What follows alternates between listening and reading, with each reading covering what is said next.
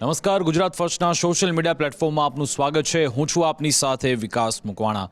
તો ગઈકાલે જે આપણે એનાલિસિસ કર્યું હતું કે લેબેનોન અને ઇઝરાયલ વચ્ચે સીઝ ફાયર થઈ જશે। જી હા, એ સીઝ ફાયર થયું અને આ સીઝ ફાયર સૂચવે છે કે ડોનાલ્ડ ટ્રમ્પ ઝૂકી ગયા છે ઈરાન આગળ। અહીંયા ફરી એકવાર ઈરાનની જીત થતી જોવા મળી રહી છે, કારણ કે ઈરાને એક પહેલી શરત રાખી હતી કે જ્યાં સુધી લેબેનોનમાં હુમલા પૂર્ણ નહીં થાય ત્યાં હુમલા અટકશે નહીં। અમે કોઈ નેગોશિએશન ટેબલ પર નહીં બેસીએ, એ પહેલી એમની શરત હતી। બીજી શરત એ હતી કે જેટલી દુનિયાભરમાં અમારી જે સંપત્તિ આવેલી છે, જેને અમેરિકા સહિતના દેશોએ ફ્રીઝ કરી છે, એને તમે અનફ્રીઝ કરો, ત્યાં સુધી અમે નેગોશિએશન ટેબલ પર નહીં આવીએ।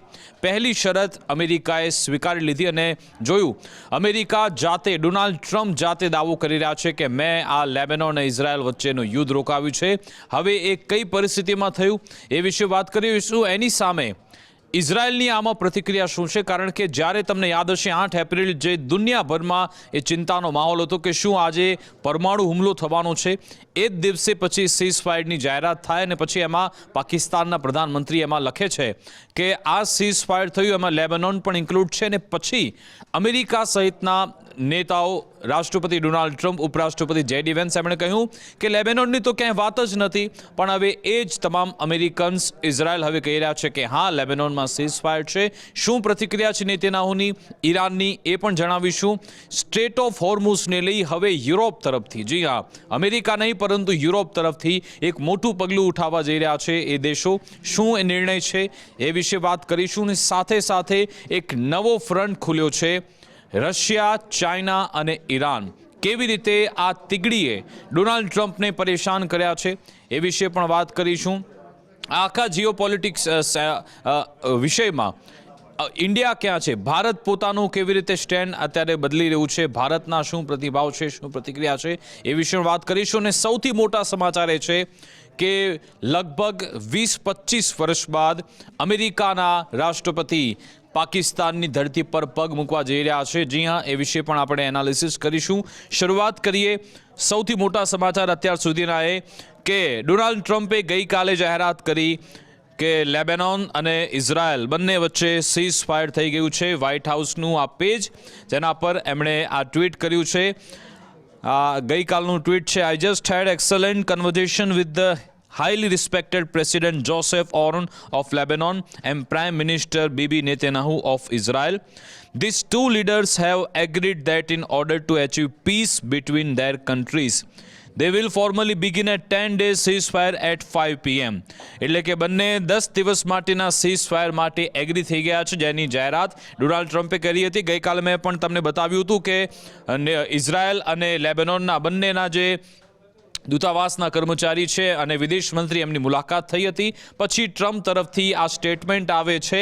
સાથે સાથે એમણે એમ પણ કહ્યું કે in addition to the statement just issue, I will be inviting the Prime Minister of Israel, Bibi Netanyahu, and the President of Lebanon, Joseph Aoun, to the White House for the first meaningful talks between Israel and Lebanon since 1983.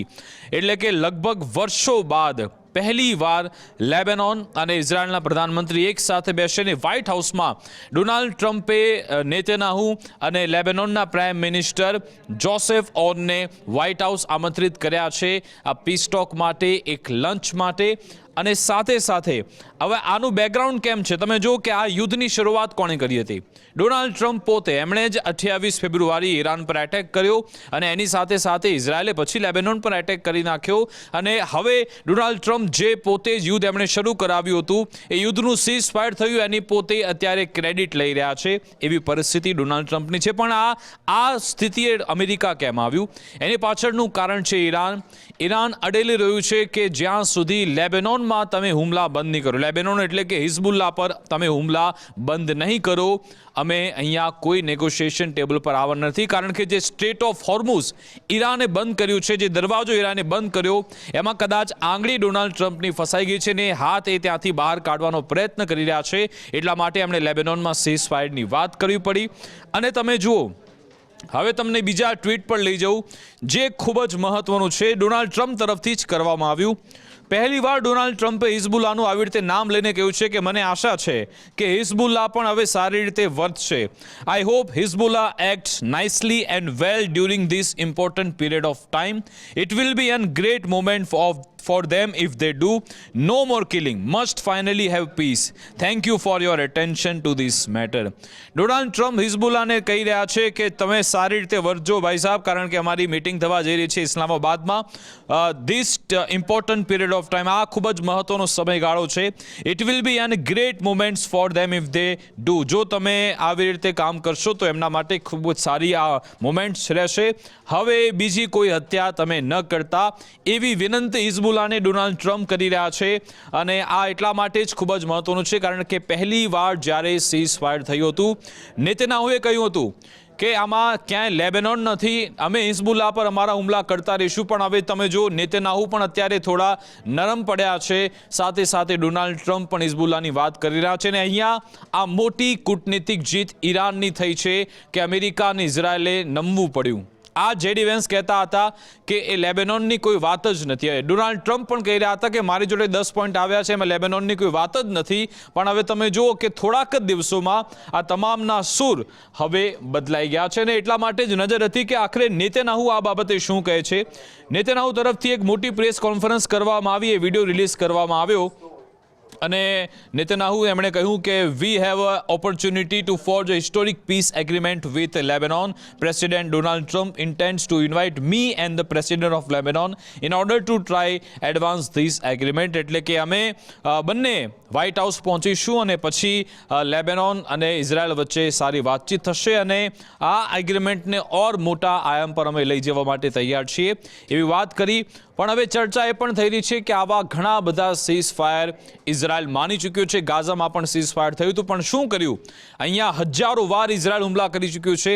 અને અગાઉ જે લેબેનોનમાં seize fire થયું હતું અને ચર્ચા એ પણ થઈ રહી છે, અને એ વખતે ઇઝરાયલે કહ્યું હતું કે આ ભલે અમે સીઝ ફાયર માનીએ, પણ અમને જ્યારે પણ એવું લાગે કે અમારી ધરતીને કોઈ નુકસાન છે અથવા તો કોઈ ખતરો છે તો અમને એ હુમલો કરવાનો હક રહેશે.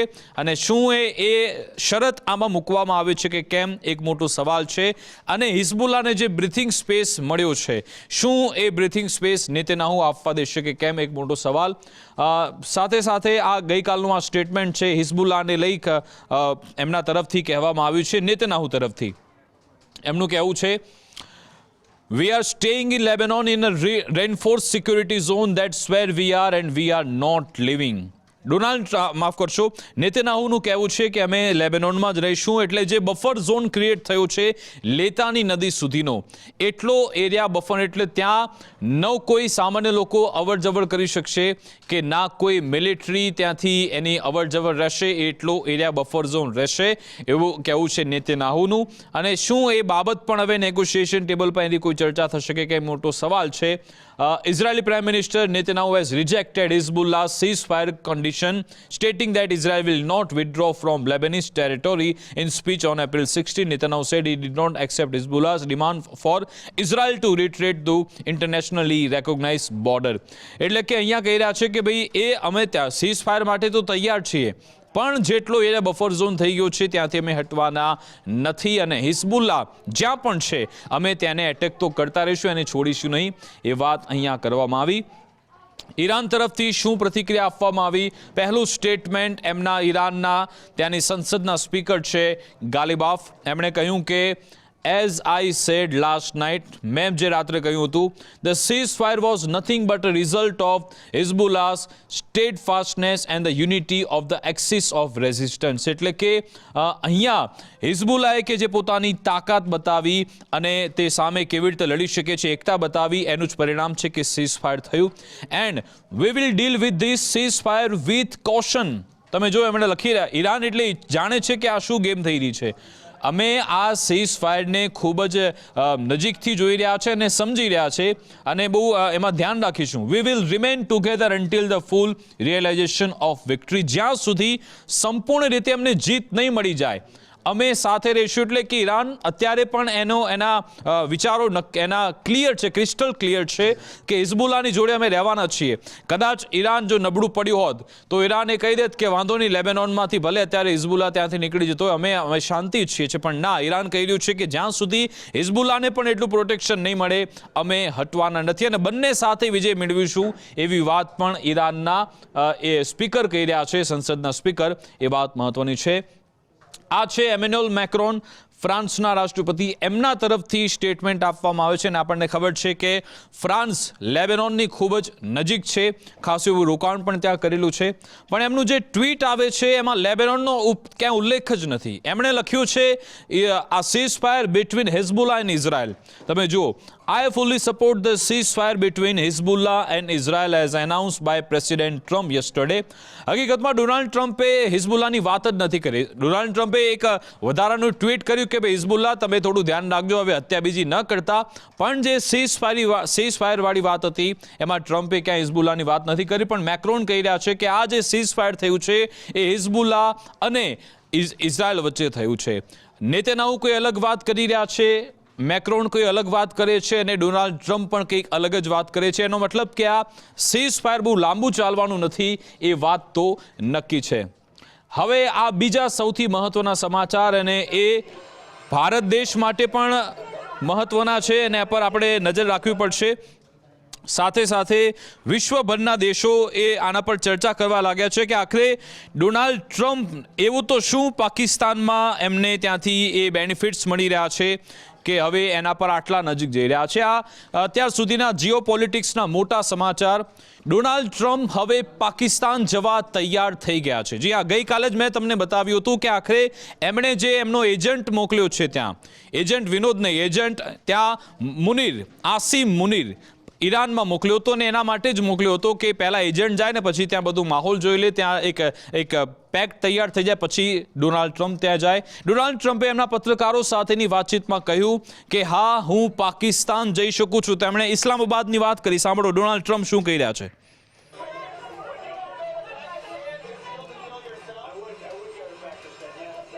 I will go to Pakistan. Islamabad, I might go.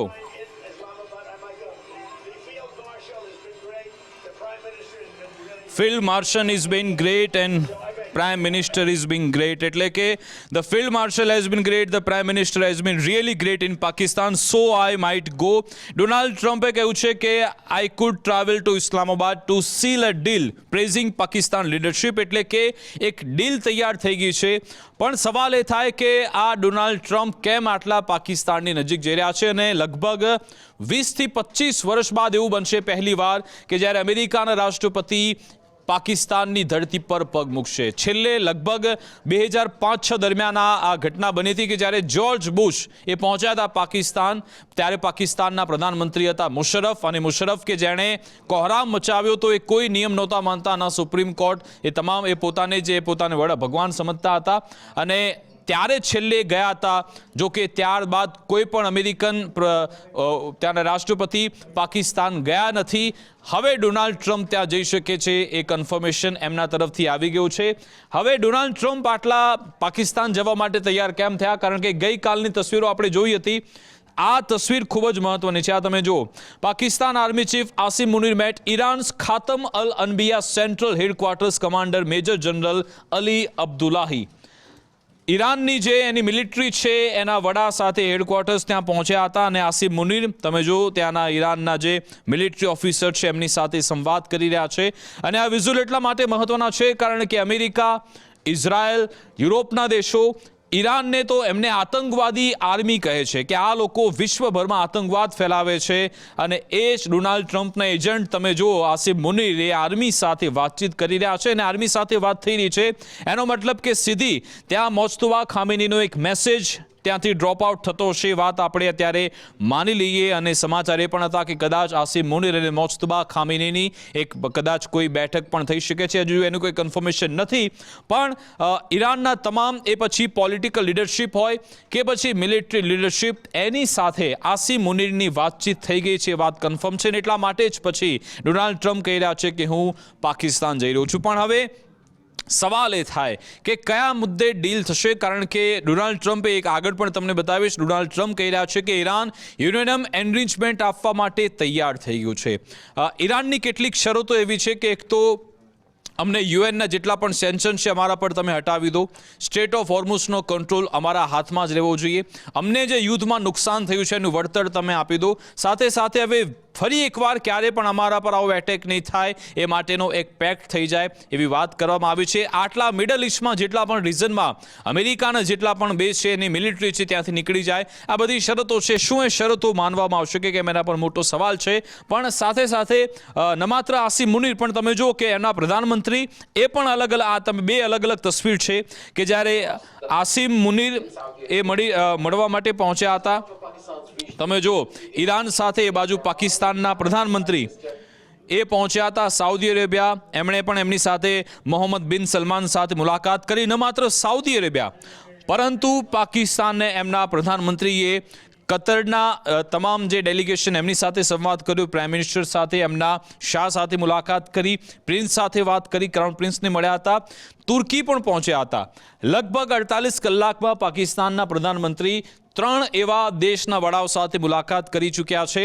એ દર્શાવે છે કે કોઈ એક ડીલ, એટલે કે એક મેસેજ એવો જઈ રહ્યો છે કે ડોનાલ્ડ ટ્રમ્પ જ્યારે પાકિસ્તાન પહોંચે, જો જાય તો પછી કદાચ સાઉદી અરેબિયાના વડા પણ ત્યાં પહોંચે, ક્રાઉન પ્રિન્સ પણ ત્યાં પહોંચે, કતર પણ પહોંચે, તુર્કી પણ પહોંચે અને એક એવું ફોટો સેશન થાય અને ડોનાલ્ડ ટ્રમ્પ કહે કે જો મેં હવે શાંતિ મિડલ ઇસ્ટમાં કરાવી દીધી છે, એટલે એક એવો મેસેજ આપવાનો પ્રયત્ન થશે. એટલા માટે જ એમના જે આ એજન્ટો છે શાહબાઝ શરીફ અને મુનીર એને અલગ જગ્યાએ મોકલવામાં આવી રહ્યા છે. પણ એની સાથે સાથે પાકિસ્તાનનું કામ તો નીકળી રહ્યું છે. ગઈકાલે મેં તમને બતાવ્યું હતું કે પાકિસ્તાનની સ્ટેટ બેંક એમણે કહ્યું હતું અમને $3 બિલિયન મળી ગયા છે, વધુ $5 બિલિયન સાઉદી અરેબિયા તરફથી મળ્યા અને અમને ઓફિશિયલી એમણે પણ જાહેરાત કરી. તમે જુઓ CIC સાઉદી અરેબિયા એમના તરફથી કહેવામાં આવ્યું, under the directive of the custodian of the two holy mosques and HRH, the Crown Prince Saudi Arabia support Pakistan economy by extending and adding to existing deposit term. તમે જો વધુ total એમને $8 billion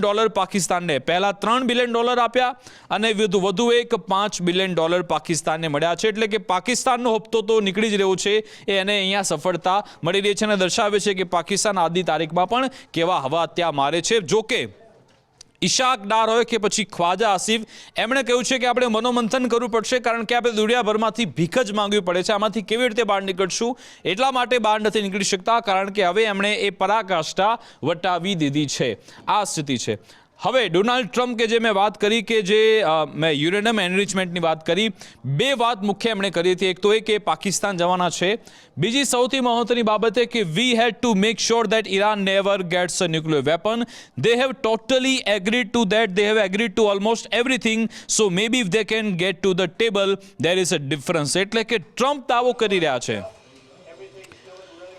ટ્રમ્પનો દાવો છે કે Iran એ nuclear enrichment, uranium enrichment આપવા માટે તૈયાર થઈ ગયા છે, એવો દાવો ડોનાલ્ડ ટ્રમ્પ કરી રહ્યા છે. તમે જુઓ એમના તરફથી આ વાત કરવામાં આવી કે ન માત્ર એનરિચમેન્ટ પરંતુ જે એમણે બોમ્બ ફેંક્યા, B2 બોમ્બર્સ, એમાં જેટલી પણ ડેબ્રિસ છે, જેટલું પણ એ ન્યુક્લિયર એ ડેબ્રિસ છે એ પણ ઈરાન આપવા તૈયાર છે, એવી વાત પણ ટ્રમ્પે કરી છે. પણ શું ઈરાન એના માટે તૈયાર થશે ખરા? એક એવી ચર્ચા પણ હતી કે જેટલું પણ 60% યુરેનિયમ એનરિચમેન્ટ ઈરાને મેળવ્યું છે એ 20 વર્ષ સુધી, અમેરિકા ઈચ્છે છે કે તમે 20 વર્ષ સુધી હવે કોઈ એનરિચમેન્ટ ન કરતા. એની સામે ઈરાન તરફથી એવું કહેવામાં આવ્યું ચલો અમે 5 વર્ષ સુધી નહીં કરીએ. એટલે કે અમેરિકા કહે છે 20 વર્ષ, ઈરાન કહે છે 5 વર્ષ, કદાચ 10 વર્ષ પણ થઈ જાય. એક આવી પોસિબિલિટી પણ છે, એના પર પણ નજર રહેશે કે આખરે ક્યાં આખી આ વાત પહોંચે છે. પણ હવે તમે આ વિઝ્યુઅલ જુઓ, આ સીઝ ફાયરની સ્થિતિ વચ્ચે આ કાર્ગો પ્લેન પહોંચ્યું છે, એવું કહેવામાં આવે છે કે ચાઇનાનું છે. 4 Chinese cargo planes reportedly turned off their transporters and landed in Iran over the past 48 hours, allegedly carrying weapons and ammunition. દાવો થઈ રહ્યો છે કે ચાઇના સીઝ ફાયરની વચ્ચે સતત ઈરાનને મદદ કરી રહ્યું છે, એમને ડિફેન્સ સિસ્ટમ, રડાર સિસ્ટમ અને એવી ટેકનોલોજી આપી રહ્યું છે જેનાથી સતત ઈરાનને આ યુદ્ધમાં મદદ મળતી રહે. અમેરિકાએ ના, કારણ કે ડોનાલ્ડ ટ્રમ્પે ઓફિશિયલી એ સ્ટેટમેન્ટ મૂક્યું હતું કે હવે ચાઇના કોઈ પણ પ્રકારની મદદ નહીં કરે એવી અમારી ડીલ થઈ ગઈ છે, પણ અમેરિકા પોતે રિપોર્ટ કરી રહ્યું છે એમની CIA કે ચાઇના તરફથી સતત મદદ જઈ રહી છે, અને જ્યારે પણ હવે સેકન્ડ રાઉન્ડનું જ્યારે યુદ્ધ થશે તો એમાં ઈરાનનો હાથ આ યુદ્ધમાં તો 40 દિવસમાં ઈરાનનો હાથ ઉપર રહ્યો જ છે. હવેના દિવસોમાં જે શરૂઆત કરશે ઈરાન કરશે ને એવી તબાહી મચાવશે કે જેમાં આગળ પછી રશિયા ચાઇના પણ જોડાઈ શકે છે, એવી પરિસ્થિતિ થઈ શકે છે. અને હવે સ્ટ્રેટ ઓફ હોર્મઝની આ પરિસ્થિતિ, એનો એક ગ્રાફિક્સની મદદથી તમે મેપ જુઓ કે જ્યારે યુદ્ધની શરૂઆત થઈ ત્યારે મેપ કેવો હતો. તમે જો સતત સ્ટ્રેટ ઓફ હોર્મઝ ટ્રાફિક છે ત્યાં એક્ટિવ છે, એનો ડેટા છે યુદ્ધની પહેલાં. પણ હવે તમે જુઓ કે ઈરાન તરફથી જે સામે વળતો જવાબ આપવામાં આવ્યો, હવે કેવી સ્થિતિ છે. હવે ગણ્યા ગાંઠ્યા જહાજો સ્ટ્રેટ ઓફ હોર્મુઝમાંથી પસાર થાય છે, અને આ ફક્ત આટલા એરિયા પૂરતું નથી, વિશ્વભરના એ ઓઇલ રૂટ પર તેની અસર થઈ રહી છે, એક વાત નક્કી છે.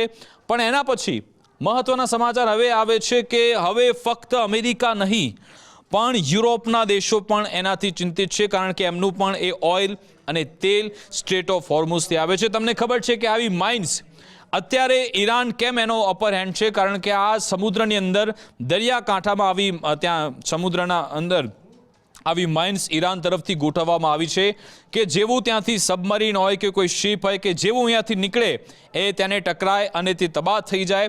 હવે એને ક્લિયર કરી શકતું નથી અમેરિકા, એટલા માટે અમેરિકા ત્યાં ફસાયેલું છે. અમેરિકાએ જાપાનની મદદ માંગી છે, પણ જાપાન કહી રહ્યું છે અમે વિચારીશું. યુરોપ તરફથી પહેલ કરવામાં આવી છે. જર્મની, આ યુરોપે.com તરફથી ઓફિશિયલ કહેવામાં આવ્યું, Germany is considering sending mine clearance vessel to the strait of Hormuz. તમે જો આ એ વેસલ છે, આની કેપેસિટી એવી છે કે તે આવી માઇન્સ ક્લિયર કરી શકે છે. આ વેસલ છે કે જે માઇન્સ ક્લિયર કરી શકે છે, અને એને હવે જર્મની મોકલવા તૈયાર થયું છે. અને તમને ખ્યાલ છે કે UK, ફ્રાન્સ એ બે પોતે પણ આ પ્રયત્ન કરી ચૂક્યા છે. લગભગ 40 કરતાં વધુ દેશોની એક વિડીયો કોન્ફરન્સ થઈ હતી. ભારત પણ જોડાયું હતું, આપણા દેશ તરફથી વિક્રમ મિશ્રી જોડાયા હતા, અને એ માટેના પ્રયત્નો તો થઈ જ રહ્યા છે કે આ સ્ટ્રેટ ઓફ હોર્મુઝ ઓપન થાય. એટલે કે બહુ થોડો લાંબો સમય સુધી ઈરાન સ્ટ્રેટ ઓફ હોર્મુઝને લઈ એ કોઈ ડીલ નહીં કરી શકે. એક વાત નક્કી છે કે જો આમાં યુરોપ હવે વધારે આગળ આવી ગયું. અત્યારે પરિસ્થિતિ એ છે કે ડોનાલ્ડ ટ્રમ્પ કે જે પોતાની અત્યારે મનમાની ચલાવે છે એટલે એમાં સફળતા નથી મળી. કદાચ ડોનાલ્ડ ટ્રમ્પે થોડી હોશિયારીપૂર્વક નાટોના દેશ સાથે કામ લીધો, અથવા તો હુમલો કરતા પહેલા લોકોને કોન્ફિડન્સમાં લીધા હોત તો આટલી આજીજી ડોનાલ્ડ ટ્રમ્પે ન કરવી પડી હોત. જોઈશું હવે સ્ટ્રેટ ઓફ હોર્મુઝમાં આગળ શું થાય છે. અને હવે આપણે ભારત આમાં આખરે ક્યાં છે. આજે આપણા મિનિસ્ટ્રી ઓફ એક્સટર્નલ અફેર્સના જે ઓફિશિયલ સ્પોક્સ પર્સન છે રણધીર જયસ્વાલજી, એમના તરફથી પ્રેસ કોન્ફરન્સ કરીને અલગ અલગ વાત તો કહેવામાં આવી, પણ એક ખૂબ જ મહત્વની વાત કહેવામાં આવી છે. જ્યારે સવાલ પૂછવામાં આવ્યો કે આખરે ભારત બીજા કોઈ દેશોની મદદ કરે છે ખરા, આપણે રણધીર જયસ્વાલ સાહેબે કહ્યું છે કે હા, આપણને ઘણી બધી રિક્વેસ્ટ મળી રહી છે આપણા પાડોશી દેશો તરફથી, અને એ લોકો એનર્જી રિસોર્સ માંગી રહ્યા છે ભારત દેશ પાસે. તેમણે કહ્યું કે આપણે એ લોકોને મદદ કરી રહ્યા છે, પણ સાથે સાથે this is Bing done keeping in mind hour on needs and availability of our resources. એટલે કે આપણે મદદ તો પાડોશી દેશોને કરીએ જ છીએ, પણ આપણી કેટલી જરૂરિયાત છે, આપણી પાસે કેટલો જથ્થો છે, એના આધારે મદદ કરી રહ્યા છે. કેટલી મદદ કરી? એમણે કહ્યું we provide Bangladesh with 22,000 metric tons of high speed diesel in March. એટલે કે બાંગ્લાદેશને આપણે 22,000 મેટ્રિક ટન ડીઝલ આપ્યું છે. શ્રીલંકાની વાત કરી કે એને આપણે 38,000 મેટ્રિક ટન પેટ્રોલિયમ પ્રોડક્ટ આપી છે. સાથે સાથે એક સપ્તાહ પહેલા Foreign Minister visited Mauritius. During that time, discussion took place between the two countries, and we are currently in the process finalizing government to government agreement. એટલે કે મોરિશિયસ માટે પણ આપણે ચર્ચાઓ થઈ રહી છે. સાથે સાથે નેપાળની પણ એમણે વાત કરી. One between the Indian Oil Corporation and Nepal, under which we provide petroleum products to them. એટલે કે નેપાળને પણ આપણે પેટ્રોલિયમ પ્રોડક્ટ આપી છે વિધાઉટ ઇન્ટરપ્શન. સાથે સાથે ભૂતાનને પણ આપણી મદદ કરી છે. We have understanding and partnership. We are are also providing energy to them regarding energy products. એટલે કે ભારત એક મોટા ભાઈની ભૂમિકામાં અત્યારે છે અને જ્યારે પણ આવી સંકટની ઘડી આવતી હોય છે, ભારત કે જે પોતાની પોલિસી છે એ પોલિસી અનુસાર તમામ પાડોશી દેશોને, એ પછી ભૂતાન હોય કે પછી બાંગ્લાદેશ કે શ્રીલંકા કે નેપાલ, તમામને આ પરિસ્થિતિમાં મદદ કરે છે અને કરતું રહેશે એવી વાત આજે ભારત તરફથી કહેવામાં આવી છે. પણ હવે જે મેં બીજા ફ્રન્ટની વાત કરી, અત્યારે રશિયા યુક્રેન યુદ્ધ પર કોઈની નજર નથી ને ગમે તે ઘડીએ યુરોપ પર એક મોટો એટેક રશિયા કરી શકે છે. એમના દિમિત્રી મેદ્વેદેવ ગઈકાલે જે ટ્વીટ કર્યું આપણે બતાવ્યું. હવે આ છે કાજા કલાસ કે જેઓ યુરોપિયન કમિશન છે એના વાઇસ પ્રેસિડેન્ટ છે, high representative of foreign affairs and security policy. એમના તરફથી મહત્વની વાત કહેવામાં આવી છે. એમણે કહ્યું, Russia once again deliberately target and kill Ukrainian civilian last night. આ ગઈકાલનું ટ્વીટ છે. એમણે કહ્યું કે ગઈકાલે રાત્રે રશિયાએ યુક્રેનના સામાન્ય નાગરિકોની હત્યા કરી નાખી. With its army stall on the battlefield, Moscow keep falling back on terror against innocent. એટલે કે રશિયા સામાન્ય નાગરિકોને શિકાર બનાવે છે, એટલા માટે Russia wants more war, so our response is more aid for Ukraine. એટલે કે સીધી રીતે યુરોપ કહી રહ્યું છે કે અમે યુક્રેનને ઓર મદદ કરતા રહીશું, કારણ કે રશિયા આ યુદ્ધને આગળ વધારવા માંગે છે અને રશિયાને રોકવા માટે અમે વધારે મદદ કરતા રહીશું. કેટલી મદદ આપશે? Europe step ups in recent days. Germany and Ukraine struck a $4 billion arms deal. UK announced its biggest ever drone package and the Netherlands pledged $200 million among other pledges. એટલે કે Germany Ukraine 4 million arm deal કરી છે. UK એક drone package આપ્યું છે યુક્રેનને, સાથે સાથે નેધરલેન્ડને પણ મદદ કરી છે. EUની વાત કરીએ, it's a high time to unblock the 90 billion loan and move forward with the 20 sanction package. The Foreign Affairs Council will take this up next week. એટલે કે યુક્રેનને 90 બિલિયનનું પેકેજ આપવા જઈ રહ્યો છે યુરોપિયન યુનિયન, એવી વાત પણ તેમના તરફથી કરવામાં આવી. જો આ પેકેજ રિલીઝ થઈ ગયું એનો મતલબ યુક્રેન ઓર મજબૂત થશે. એટલા માટે એને અટકાવવા માટે રશિયા કોઈ નવો ફ્રન્ટ ખોલી શકે અથવા તો કોઈ, કારણ કે યુરોપ માટે રશિયા તૈયાર જ બેઠું છે હુમલો કરવા માટે, કોઈ મોકો જોઈએ છે. આ યુદ્ધની પરિસ્થિતિમાં એક બાજુ ઈરાન અને અમેરિકા યુદ્ધ શાંત થઈ જાય એ માટેના પ્રયત્નો છે. તુર્કી પર ગમે ત્યારે હુમલો થઈ શકે એની પણ તૈયારી થઈ રહી છે. એવા ઘણા બધા મેસેજ છે. તુર્કી પોતે કહી રહ્યું છે કે ઇઝરાયલ એક નવું દુશ્મન શોધી રહ્યું છે ને એ તુર્કી છે. ઘણી બધી શક્યતાઓ છે, ઘણા બધા ફ્રન્ટ છે. ચાઇના આમાં ખૂબ જ સાયલન્ટ છે. ચાઇના ખાલી એક સ્ટેટમેન્ટ આપ્યું હતું કે આ જંગલરાજ બંધ થવું જોઈએ. હવે જંગલરાજ કોણ બંધ કરાવશે એક મોટો સવાલ છે, પણ જોઈશું કે હવે આમાં કોઈ શાંતિ થાય છે કે પછી ગમે ત્યારે યુદ્ધ એકવાર ફાટી નીકળે છે. કારણ કે અત્યારે થોડી શાંતિ છે. લેબેનોનમાં સીઝ ફાયરની વાત થઈ પણ થોડા ઘણા નાના મોટા હુમલા થયા, પણ છતાં પણ આ છે ઇઝરાયલ, કારણ કે એનો તો ભવ્ય ભૂતકાળ રહ્યો છે ઇઝરાયલનો કે જ્યારે જ્યારે સીઝ ફાયરનો મોકો આવે સામેવાળા દેશમાં તબાહી મચાવી દે છે. શું આ વખતે ફરી એકવાર લેબેનોનમાં આવી તબાહી મચાવે છે કે પછી શાંતિ રાખે છે? બધો જ દારોમદાર અત્યારે ડોનાલ્ડ ટ્રમ્પ પર છે. ડોનાલ્ડ ટ્રમ્પ આગળ શું નિર્ણય લે છે એના પર અમારી નજર રહેશે. અમારી વિશેષ રજૂઆત અંતર્ગત બસ આટલું. સાથે સાથે આ વિડીયો તમને કેવો લાગ્યો પણ જણાવશો. એમાં જો તમને કોઈ તકલીફ લાગે છે તો પણ કમેન્ટ કરો. વિડીયો સારો લાગે છે તો પણ કમેન્ટ કરો. નમસ્કાર.